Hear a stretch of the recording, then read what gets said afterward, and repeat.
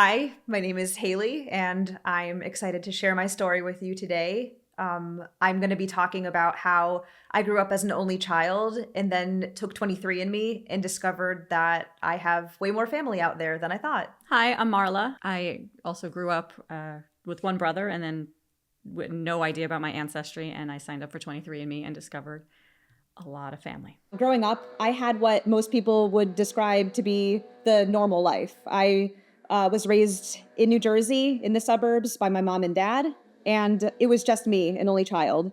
I also had what I thought was a normal childhood growing up. I was raised by my mother and her mother, my grandmother. I had one brother who was very clearly adopted. He is from a different country, so we did not look anything alike. So I'm used to having siblings. I don't look anything alike. Mm-hmm.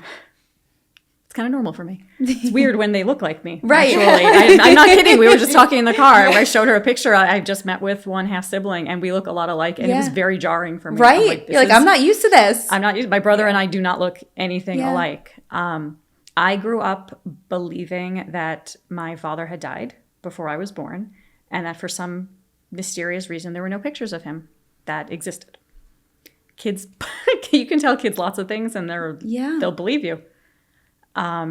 When I was 18, my mother was sick, and my grandmother, who was 93 at the time, spent the night in the hospital with her.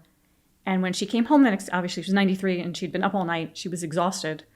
And we had a newspaper in the house, and there was, for some reason, she was reading this newspaper, and there was an article about single by choice mothers and how in the early 80s there was a group of people who decided, I don't want to wait until I find a husband. I want a baby. I don't necessarily need a husband. Right. And she looked and she's like, oh, that's what your mother did.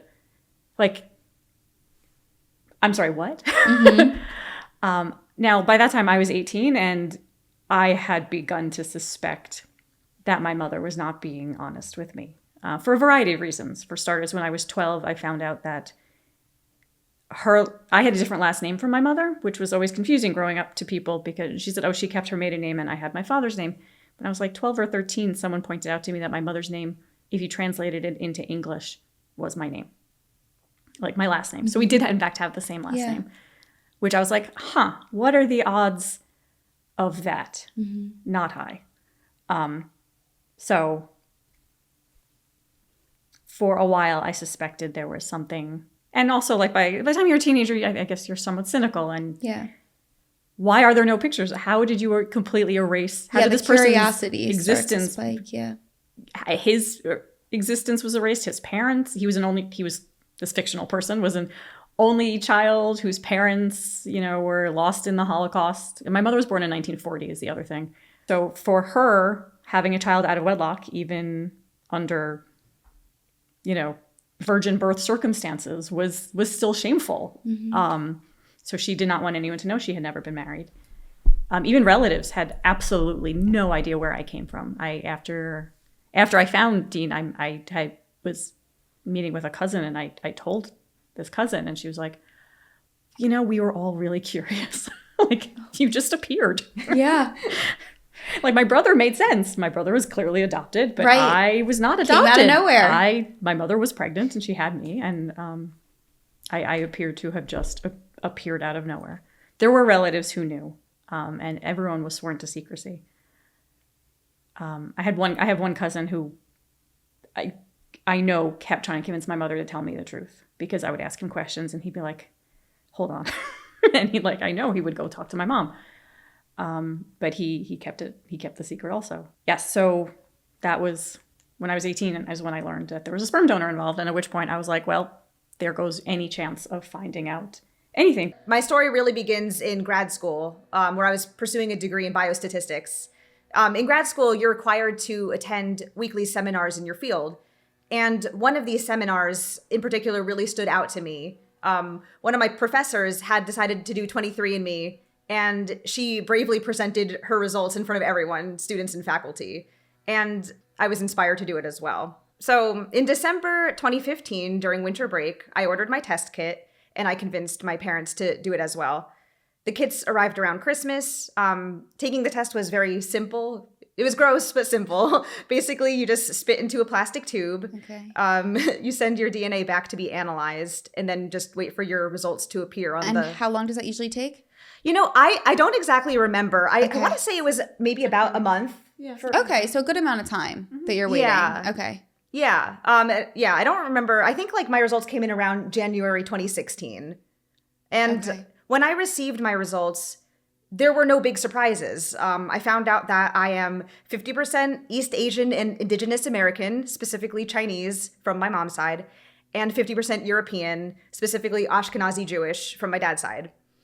And then one thing that I had either forgotten about or hadn't learned at all during the seminar was that 23andMe also provides a list of your DNA relatives who are in their database and have consented to having their results shared. And so I checked my DNA relatives list, and again, there were no surprises. I am indeed related to my mom and dad, and the next closest relative on my list at the time was a second cousin. When I signed up for 23andMe, I was looking to find out what my ancestry was. I didn't even know that I didn't know the DNA relative feature was there. I only knew it could tell you your ancestry composition. Wow. Okay. And, maybe some health stuff, which 50% of my background was a giant question mark. Yeah. I knew nothing. Right.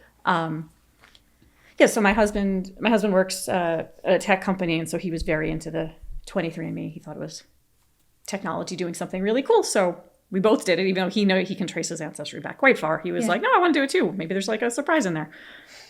He had no just surprise. for you. He had no surprises, but mine came back 99.3% Ashkenazi, which I was like, guess the doctor was wrong. Yeah. That's weird. Oh, well. And then because my husband had done it, we're like, well, we're not cousins, so it's all good. No problems. Right. And then I think it was like another week later, my husband was like messing around with the website. He's like, oh, look, there's a DNA relatives button. Did you click on that? Like maybe you'll find like a distant cousin who maybe has some idea about, who your father could be. And I was like, oh. So I went upstairs and I clicked on it and it said half sister. And I'm like, this can't, it literally like the words, it could have been any language. Like it didn't make sense. I'm like, I don't know what those words mean. I literally just... Like how? Like in my head, I would just be like, what? How? You know what I mean? So many questions. I didn't even have questions yet. I was just staring at the words. They literally, they read like gibberish to me. I'm like, I don't know what that means. And I called him and I said, I don't understand. It says I have a half sister. And I immediately locked my account. I made my profile private. I lost it a little bit. For starters, it was Haley. I had no way of knowing who she was, if she knew, or if was like my presence about to completely implode her life. Right. Was this going to destroy someone else's family? Like, did this connection just ruin somebody else's family? And it took me like another 24 hours before I could unlock my account and send that message, because I was terrified. And then I messaged Haley and she responded and she was so chill. And I was like, okay. So she knew about this as a possibility. When I received a private message from Marla, it said, "Hi, this is a fairly strange situation. I signed up for 23andMe and just got my report. It says we're half sisters and I don't know what to make of that. I would really like to get in touch with you if you're open to it. Thanks, Marla." Wow.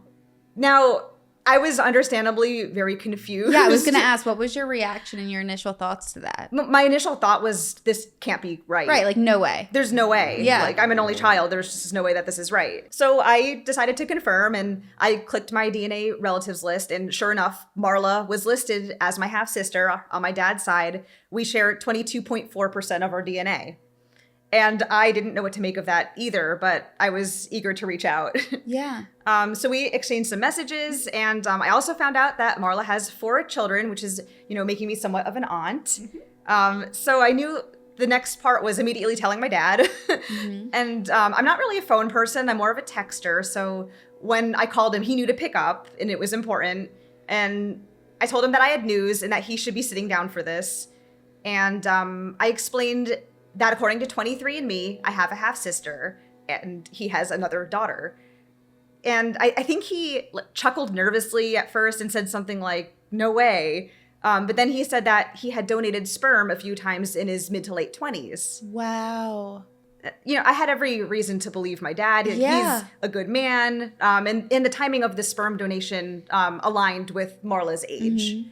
And so he was also able to pull up his results and confirm that Marla was was my half sibling and also his daughter. And then I also had to give him the news that, not only does he have another daughter, but he has 4 grandchildren. So he's a grandfather too. And that's a lot of information at once. It's like complete change. You know what I mean? From what you think.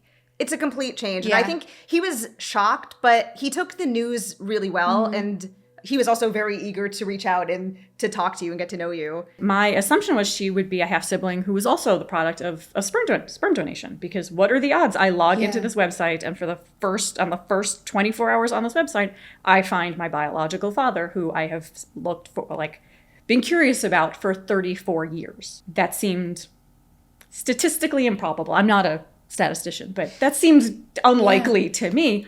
And then she said, no, her father's a sperm donor. I was like, oh, so your father was, so your parents used a sperm. She said, no, my father is the sperm donor. And I lost it again a little bit.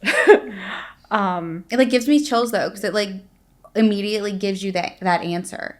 Yeah. And I don't know when Dean had done it, because he didn't show up on my profile immediately. He showed up the next day. The only information my mother had about the donor was that he was a doctor, he was a redhead, and he was not of Ashkenazi Jewish descent, because my mother is Ashkenazi, and she wanted an Ashkenazi donor, but her doctor, who was not the same doctor Dean worked with, which is where this starts to get a little shady.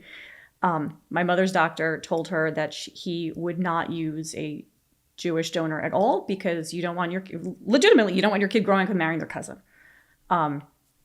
So none of those 3 things were accurate, turns out. Wow. Dean is not a doctor. Not a doctor. Not really a redhead. Like auburn hair. Yeah. But Even though I had known not my whole life, I had known for a long time that my mother had used a sperm donor, it still felt like an assault on my identity, because part of my identity was not knowing who my father was. That question mark, that whole gaping hole was the thing I was used to. That was part of who I was. I wasn't 18 anymore. I was 34. It had been part of how I saw myself my whole life. There was a gaping hole there. First, it was because this mysterious husband of my mother's had died mysteriously, and mysteriously, all pictures ceased to exist. So there was a giant question mark. And then it was a sperm donor who was untraceable, because it was untraceable. The doctor, my mother's doctor, didn't even write. First she thought he had written down the donor's name, and then hadn't written down the donor. It was either way. It was untraceable. So all I had was my mother, and I had my mother's family, and that is a family tree I can trace back fairly far.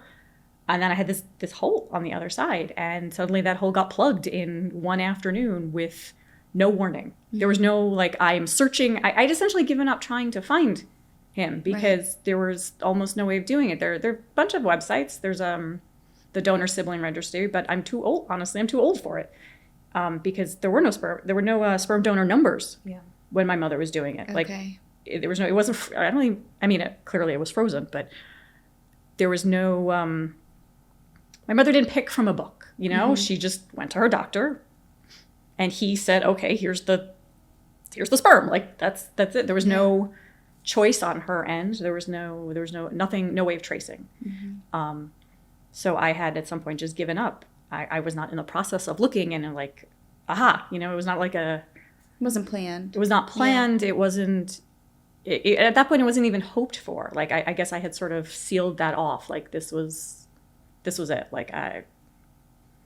Best I could hope for was to find out what my ancestry was through DNA, through 23andMe, but that was it. I had never given serious thought to what would happen after finding them. And then I did. Literally just one afternoon. It felt like my world got turned upside down. I was super freaked out because this is wonderful, but like you said, there was a chance this could have been a disaster. I could have been blowing someone's life up. One of us could have been crazy. Right. You just never know. I thought about that too.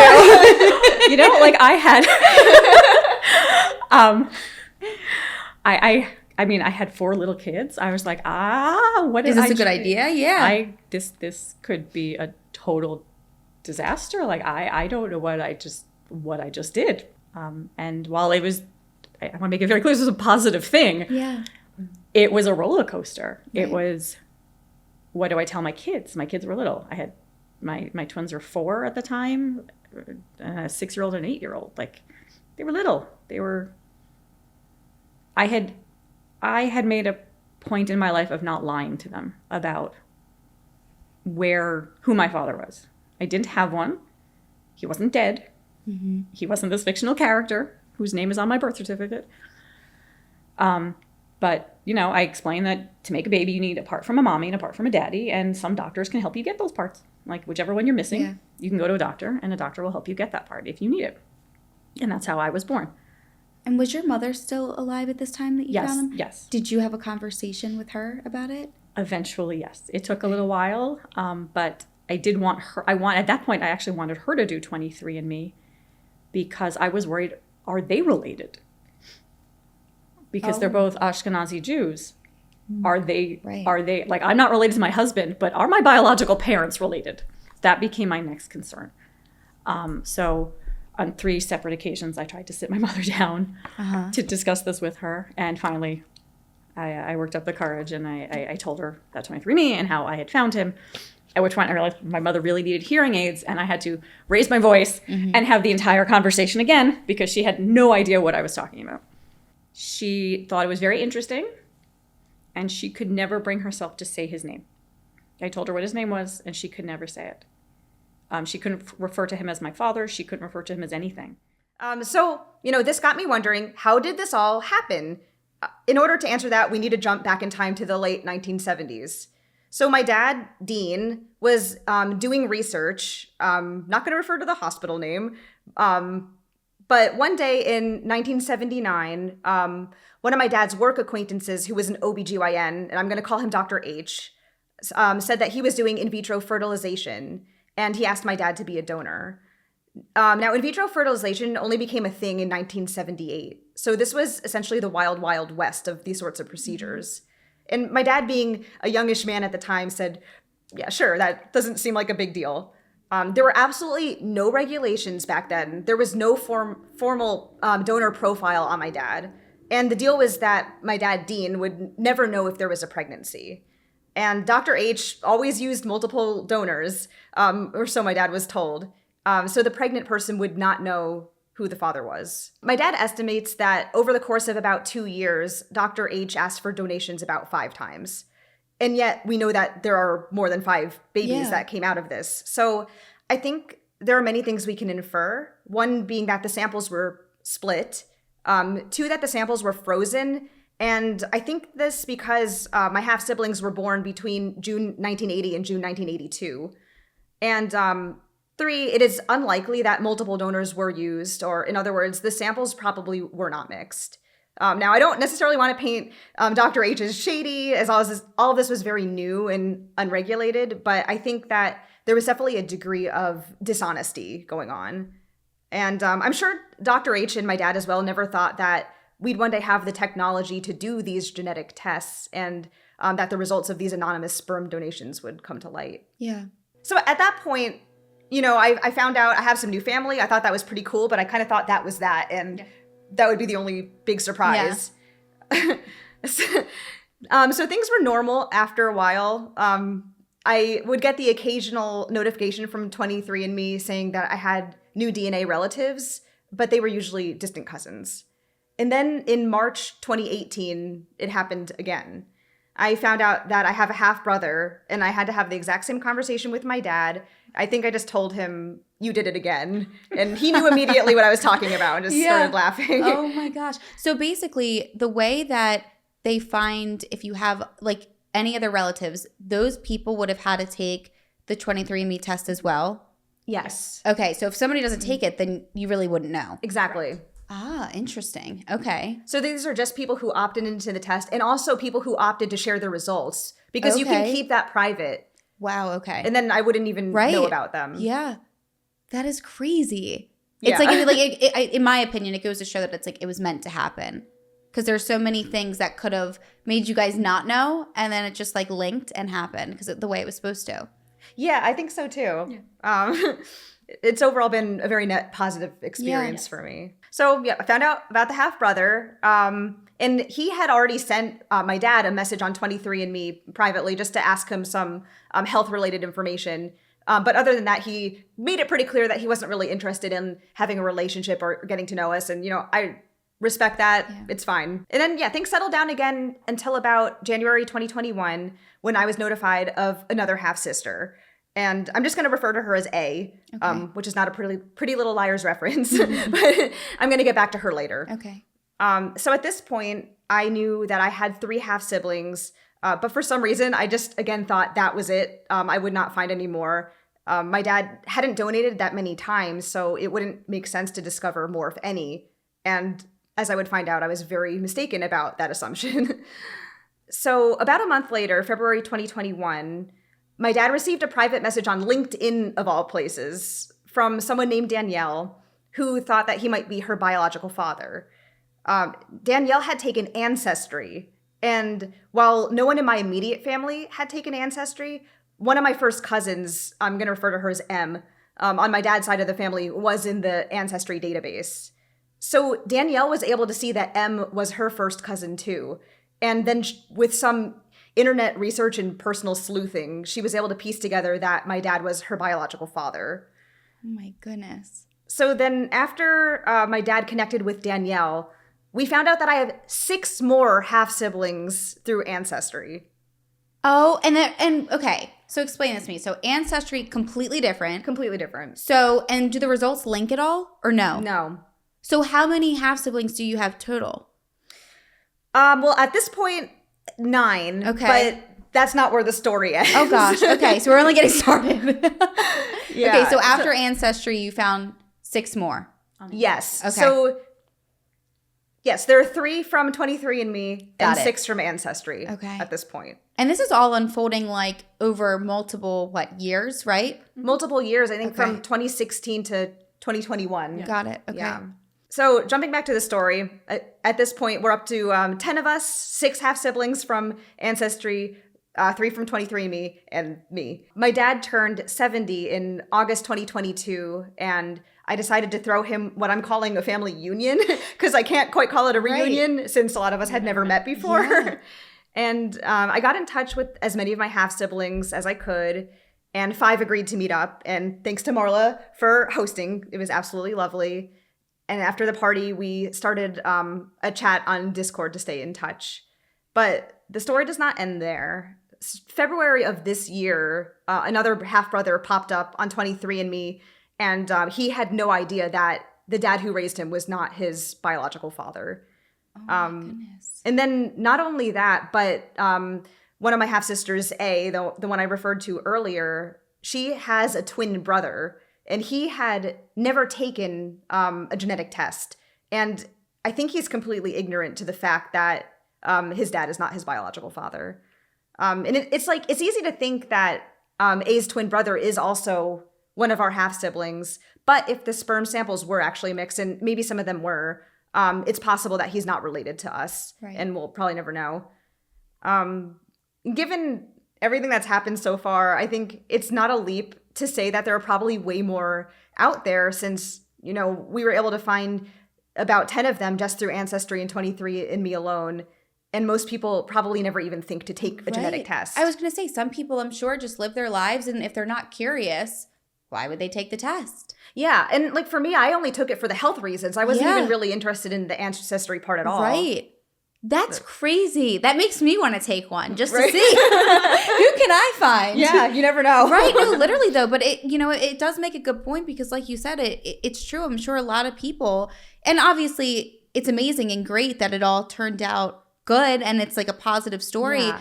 But it's like, it can really like stir the pot for some people, I'm sure, if it's not the case that you guys had, and people's lives are like confused or flipped upside down, and they're like, wait, what is going on? And I'm sure to some degree, like maybe for some of the half siblings that didn't know that their dad was not their biological dad, it's like it confuses them and it makes them sad, I'm sure. Like it can be a lot for people. It's a big deal. Yeah. I think that's why I'm so understanding of why some Right. people just need that time to process and why I'd say some people don't even want a relationship with us at all. Yeah. Like I'm completely empathetic to that. Like I didn't have that news Yeah. of finding out like my dad's not my bio dad. Yeah, exactly. When my mother was sick, by complete chance, Dean was working at a company, at a pharmaceutical company. He worked for the same company where the trial my mother was being enrolled in was from that company. Okay. And she was curious. Does he know anything about the program? But she couldn't ask me. She's like, that he was living in California at the time. He's like, the guy in California who you know. That's how she referred to him. The guy in California that you know. And no, he didn't. It was. Yeah. He couldn't tell me anything about the trial, obviously. Yeah. Yeah, so she didn't really want to know anything about it. She didn't want to know anything about him. She didn't know anything about... I didn't even bother telling her. I don't think I ever told her about the half-siblings. I probably told her about you, but when other ones popped up, I didn't. Yeah. There are so many. Right. Yeah, no. Right, here we go again and again. Right, exactly. Yeah. Well, no, but she passed away in 2017. Okay. And so that the was- large number showed up in 2021. Right. So there were Yeah. like 2 or 3 of us at that point. Okay. And then how soon after you guys speaking did you meet each other? It was fairly soon afterwards. Because I remember going to New York to see you. Yeah. I forget when that was though, but I was still in grad school. It was over the summer, I remember, because my kids were in camp. Yeah. So I think it was like that. We discovered each other in February because it was February right 2016. Yes, because my twins, it was right after, like the day after my twins' birthday, or like the day before my twins' birthday. It was around then. So it was early February, and then we met in July, Okay. or maybe August, but that summer. So a few months Yeah. later. That's amazing though. Yeah. That's great. And then you met your father? Did I meet Dean before? I think we met first. I think we might have met first. I don't remember.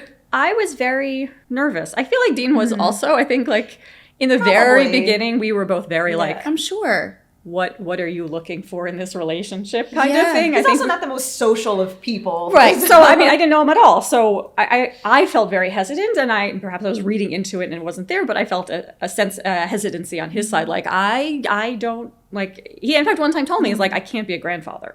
I was like, you don't have to be. Yeah. That's Interesting. they have one. They're good. Like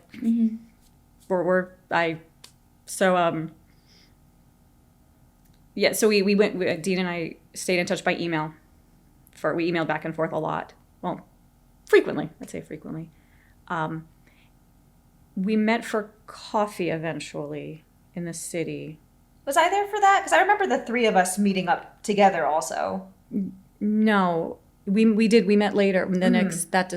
The following year, I think. I was very nervous for multiple reasons, but one of them was also like, I have 34 years of wishing to have had that hole of like, where do I come from plugged?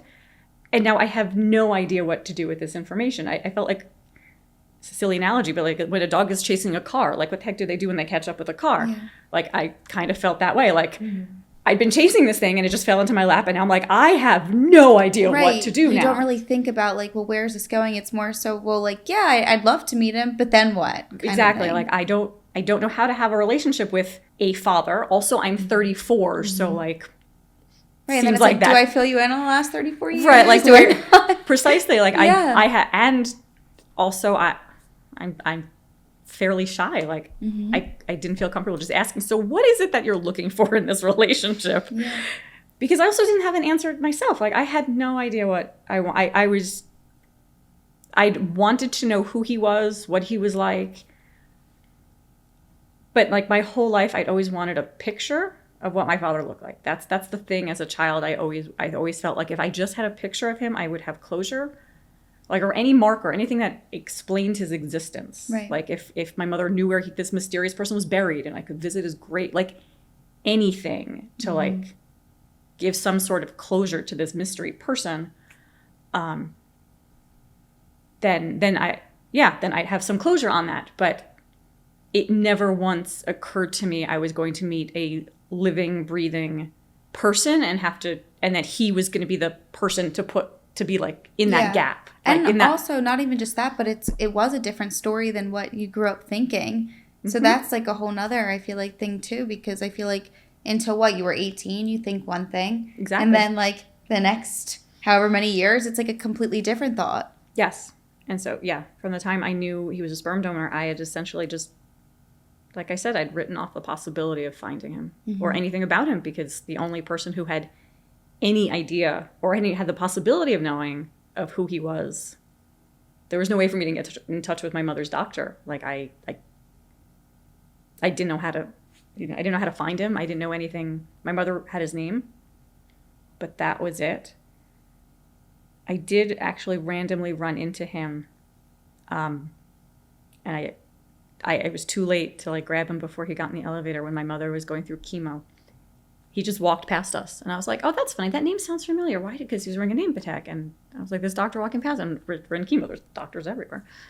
I'm like, "Why do I know that name? Why do I know?" I'm like, "Oh my God, that's your doctor!" And I jumped up, and the elevator doors closed, and we.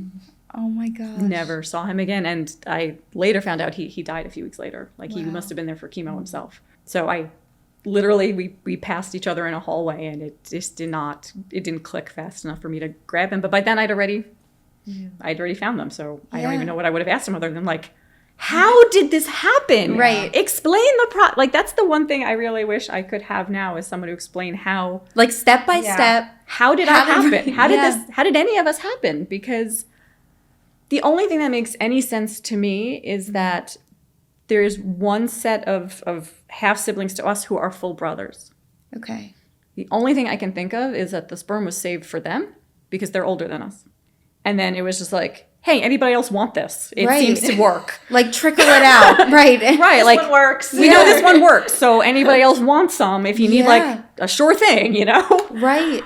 That is the only story I can come up with that makes any sense. Unfortunately, all the doctors who would know are unavailable for various reasons. The gene was donating in 1978. I was born in 1981. So clearly they got frozen, which I didn't even think they were doing back then. I think it's incredible too because, like kind of going back to what you were saying about not knowing where the relationship is going to go. I think it's still, as a human, you have that curiosity of how much am I like my parent? And, it's like, even if you don't have the closest relationship, it's in your mind, I think you still want to know kind of like, did I get any qualities from this person? Do we look alike? And things like that. It's fun in a way. And I think that it makes you, in a way, kind of gives you a different type of closure to understand yourself a little bit more too. Because you didn't have that growing up. You only had your mom. And then it's like you get to learn a whole different side of yourself. Yes. Which is so intriguing. And then you get siblings too, which is awesome. Is it only you two that have kind of formed a relationship from this whole thing? Or you kind of talk to some other siblings as well? We do have a Discord chat of all of the half-siblings who opted into that. I don't think everybody's in it, but I think most of them are. And we also we've been trying to have annual get-togethers too in a more central location, which I guess is That's what I was going to ask. So I know you guys are fairly close. Are all the other siblings kind of like scattered out all over the place? Or are you guys kind of all close? Actually, I think I'm one of the farther ones. I mean, there is one in California. Okay. But then, Maryland, there's a lot in New York. We're all from the East Coast area originally because that's where the hospital was. Okay. Hospital's still there. But a lot of you stayed. Right. I feel like I left the state, but I want to move closer actually because I'm like, I want to get to know everyone. I want to be closer. And no, I really think that it's amazing. And I'm glad that it ended up being such a good outcome and such a good story because, I mean, with anything, things can go good, they can go bad. You just never know. But I think that, it's intriguing to me how different even just your stories are of like, and the fact that that is your dad and you had like a completely different mindset and relationship, obviously, because, and then these other children, they think they either don't have a dad or, something happened and you just don't know. And it's so crazy that like this one man, like, you know what I mean? Like different people have all these different mindsets and he's just sitting here like, I was just trying to do a good thing and donate some sperm. I also think when we were talking about this a little in the car, but I think most people had no idea that their dad wasn't their bio dad until they did 23andMe. And then they were like, what is happening right now? But some of them are more dramatic than others. Yeah. Which makes sense though, because, like I said, even just between you two, like it does go to show how different everybody's story is, and you know, their upbringing and what they thought and did and didn't know, which is just, it's incredible. And I think it's even more incredible that there are these types of, you know, tests that you can take that not only obviously can tell you your background and what you might be predisposed to and all this stuff, but the fact that you can, you know, even if it's something as simple as cousins, you know, or something just down the line of just meeting people that you could end up having such a good, loving, you know, relationship with and form these bonds with, and then it just kind of expands your family. And I feel like you can never have too much family. So I think it's incredible for those reasons, for sure.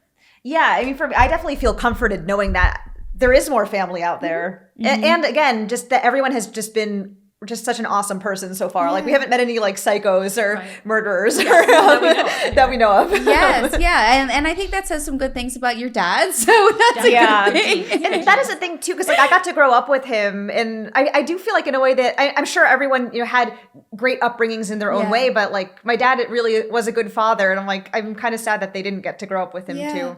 And I think in a way that's kind of where you step in too. Like, it's like, yeah, you get to have your own relationship, but then you can almost teach them how your childhood was, and you know what I mean, and kind of like show who your dad is as a person and your experience. I don't know. That's how I look at it. I think it's just such a positive, amazing thing, for sure. Absolutely. And I mean, he's also been in everyone's lives too. Yeah.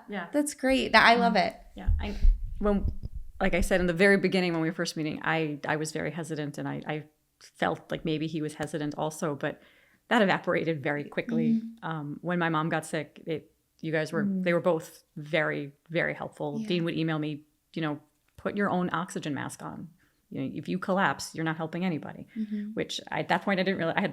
I still had 4 little kids because she got sick about a year after we met.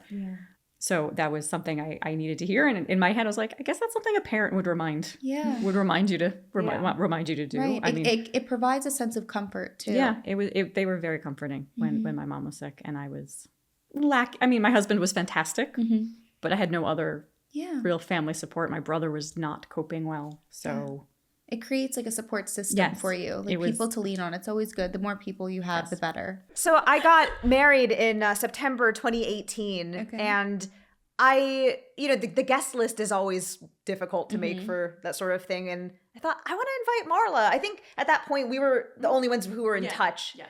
And my mom was like, oh, I think that would be an okay idea, but maybe let's just not tell the rest of the family like who she is.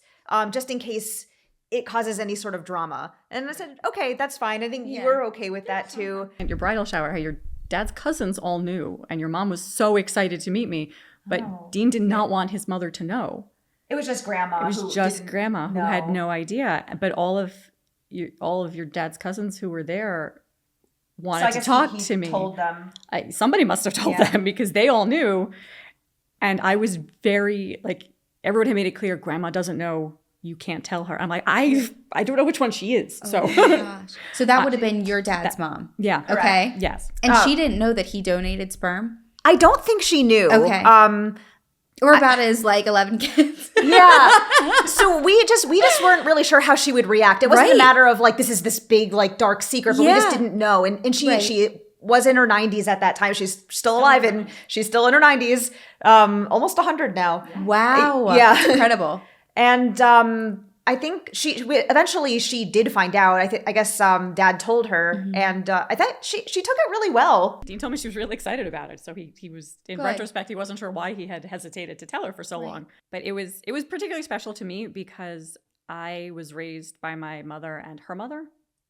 So my grandmother, who had passed away literally 3 weeks before my first child was born.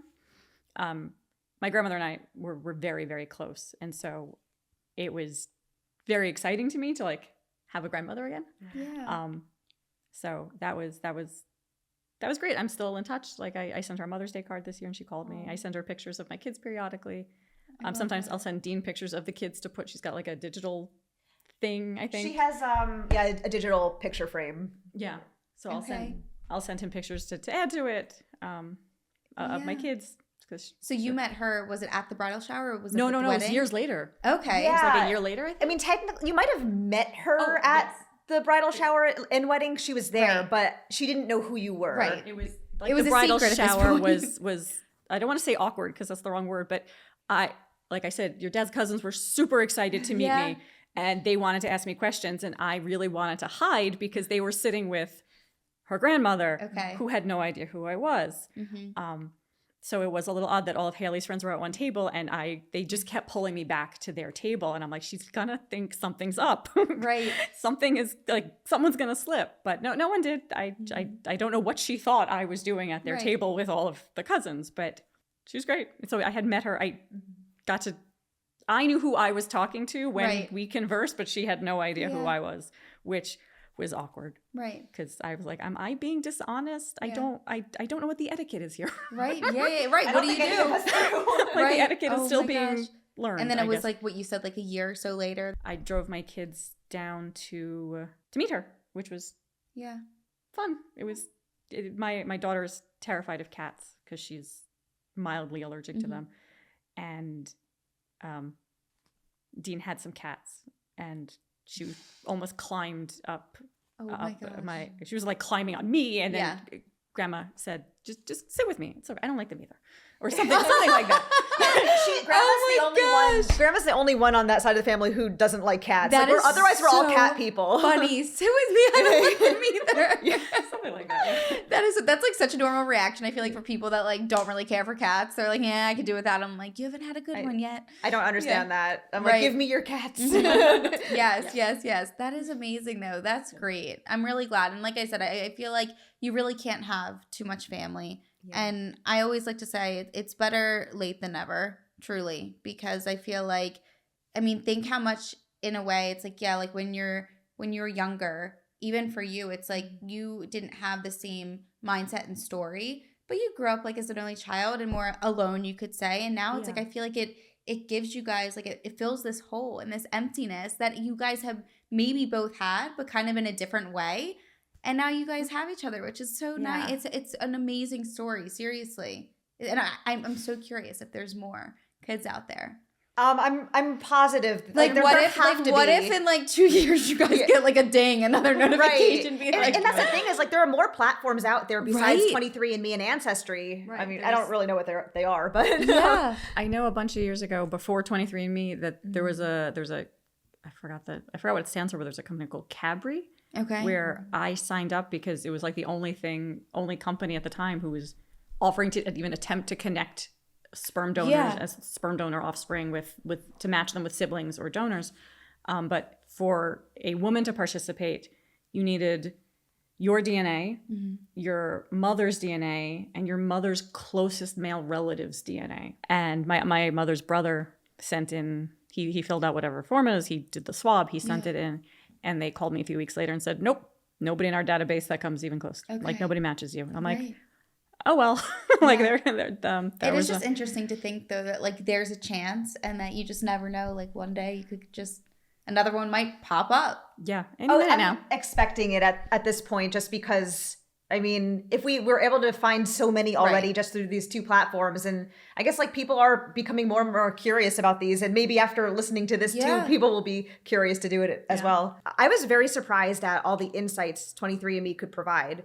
Like beyond ancestry composition, 23andMe also tests carrier status for certain genetic disorders such as cystic fibrosis, sickle cell anemia, Tay-Sachs disease. Learning about carrier status is important when it comes to family planning, to find out if you and your partner share carrier status for a certain disease that could be potentially be passed down to your offspring. And 23andMe also tests for your own health risks by assessing certain genetic markers.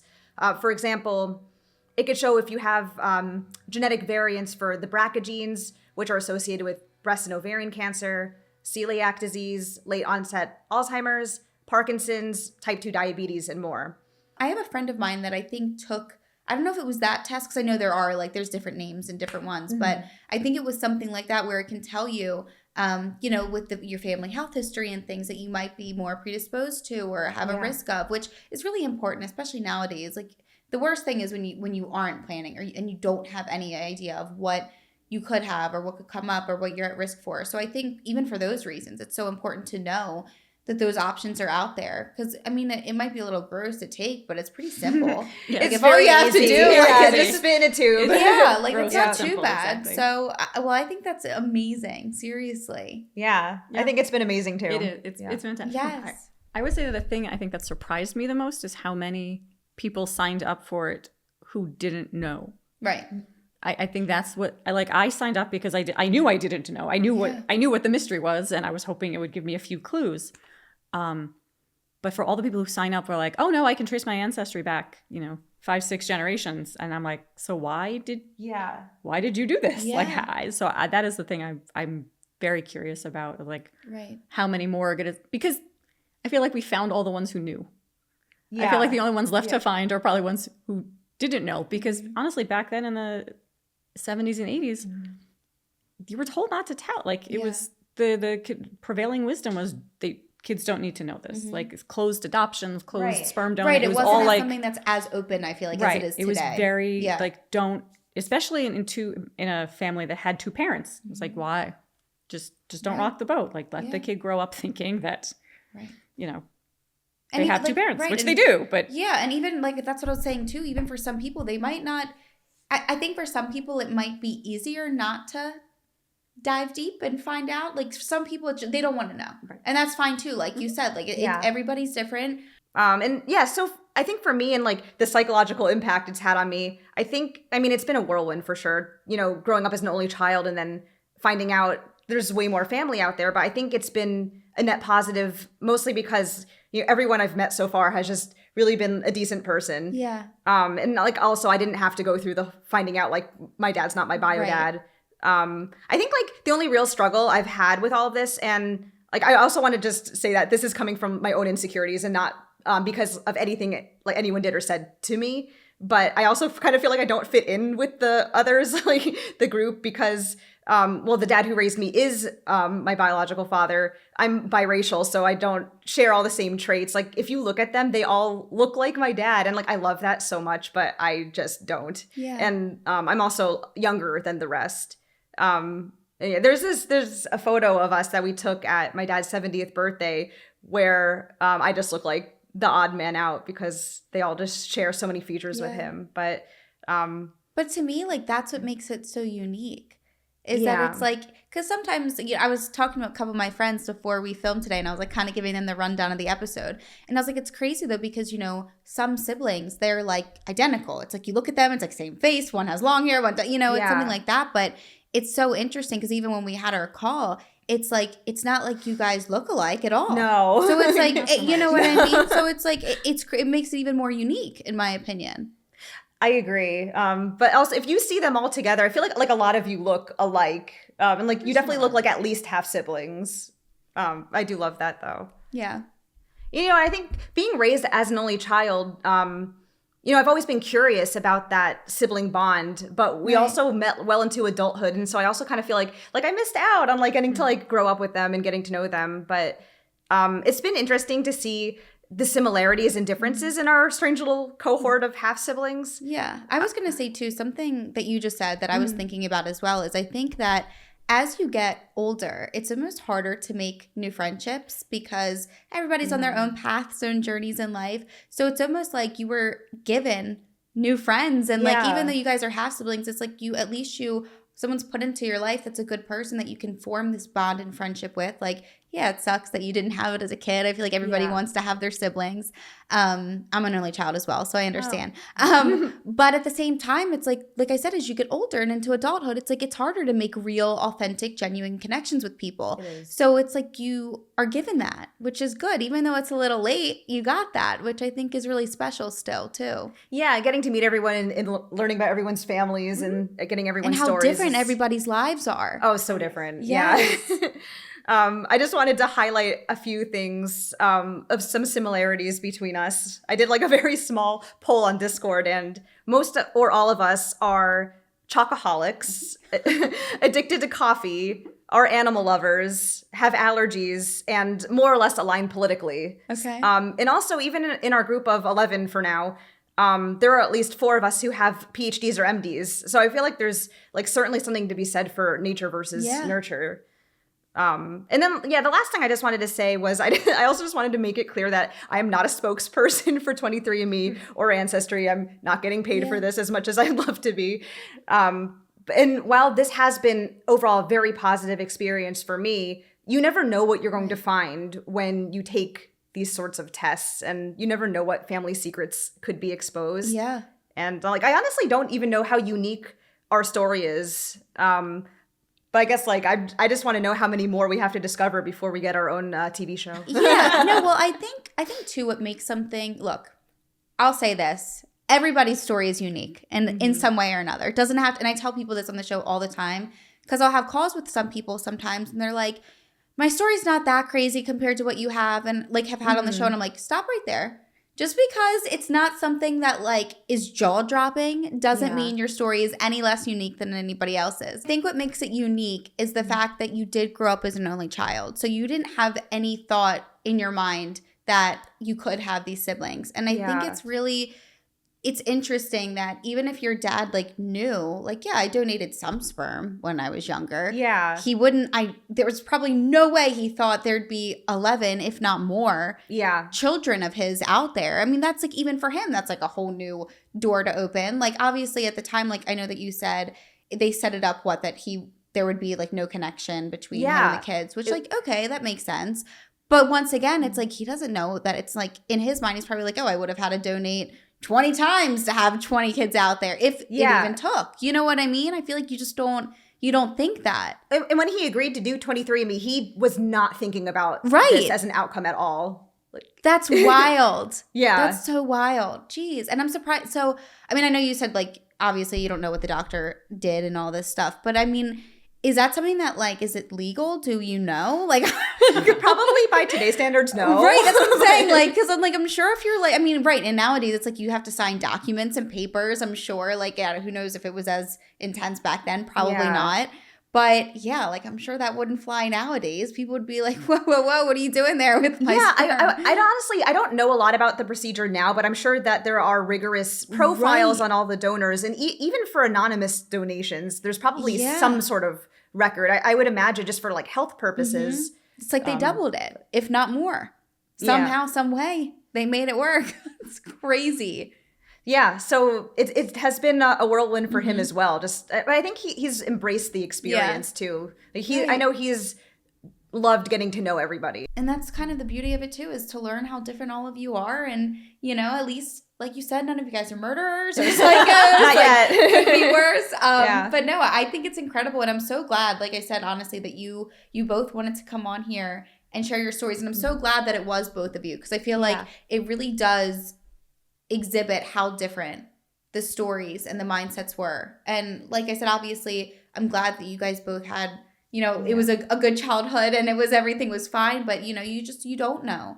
So I'm so grateful that you guys both wanted to come and do this. Seriously. Thanks for having us. Of course. Really